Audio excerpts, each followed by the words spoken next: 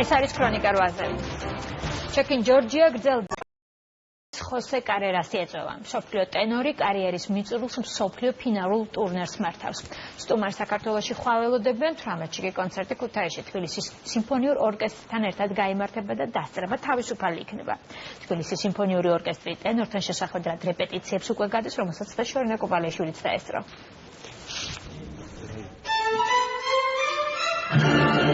თბილისის სიმფონიურ ორკესტრთან მუსიკის უნივერსალურ ენაზე საუბარი პირველსავე რეპეტიციაზე შედგა. დირიჟორი დავით ხიმენეს კარერასი საკუთარ ბიძასთან ცნობილ ესპანელ ტენორთან 20 წლიან თანამშრომლობას ფინალური ტურის კონცერტებით დაასრულებს. ქართულ მსმენელთან შეხვედრის ადგილი ქუთაისი დავით აღმაშენებლის ცენტრალური მოედანი იქნება.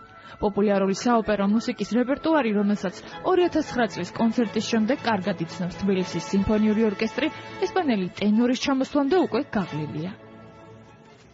ეს მისი ფინალური ტურია, რომელიც გასული წლის ნოემბერში დაიწყო და დღემდე გრძელდება. არც ის ვიცი იქნება თუ არა ეს საღამო ამ ტურის ბოლო კონცერტი. შესაძლოა ისევ გაგრძელდეს.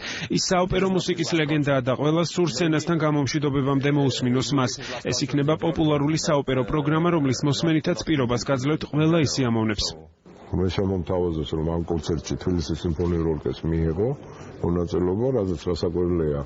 დაუყოვნებლივ დავთანხმდი, იმიტომ რომ დარწმუნებული ვიყავი, რომ ჩვენ შეგვიძლია. 2009 წლის ახალი წლის ღამეს ერთად გქონდა კონცერტი ბათუმში. ასე რომ პირველად არ არის. სოპრანო სალომე ჯიქია ერთადერთი ქართული საოპერო მომღერალია, ვინც კონცერტზე ხოსე კარერას პარტნიორობას გაუწევს. რეპერტუარი სიურპრიზად რჩება. ვარშავის საერთაშორისო კონკურსზე გამარჯვების შემდეგ ქართული სოპრანოსთვის მსოფლიო ტენორთან დუეტი კიდევ ერთ მოულოდნელ გამოწვევად იქცა. ბატონო ვახტანგმა დამირეკა და მითხრა რომ რაღაც უნდა ეთქვა ჩემთვის ვართ ახალი ამბავი და როდესაც მან ახსენა გვარი ხოსე კარერასთან და იმღერო მე მივხვდი თურმე რა მელოდება და ეს ამხელა ბედნიერება და სტიმულია, როდესაც ესეც ლეგენდასთან გახარ სცენაზე.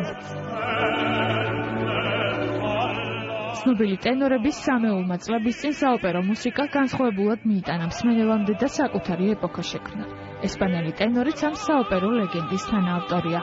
მისი დისკოგრაფია 150-ზე მეტ ოქროსა და პლატინის დისკს ითვლის. ამ მასშტაბის, ამ ხარისხის კონცერტი რეგიონში ტარდება პირველად. ძალიან დიდი ინტერესი გამოიწვია ამან, ბუნებრივია რეგიონის მოსახლეობაში. მე დარწმუნებული ვარ, რომ დასწრება ამ კონცერტზე იქნება ძალიან დიდი, მით უმეტეს რომ ეს დასწრება გახლავთ უფასო. ნეაპოლიტანური, ესპანური, საოპერო და თანამედროვე საესტრადო სიმღერებით პროექტ ჩეკინ ჯორჯიას ფარგლებში 18 ივნისს მსოფლიო ტენორის კონცერტით ქუთაისი მოინიშნება.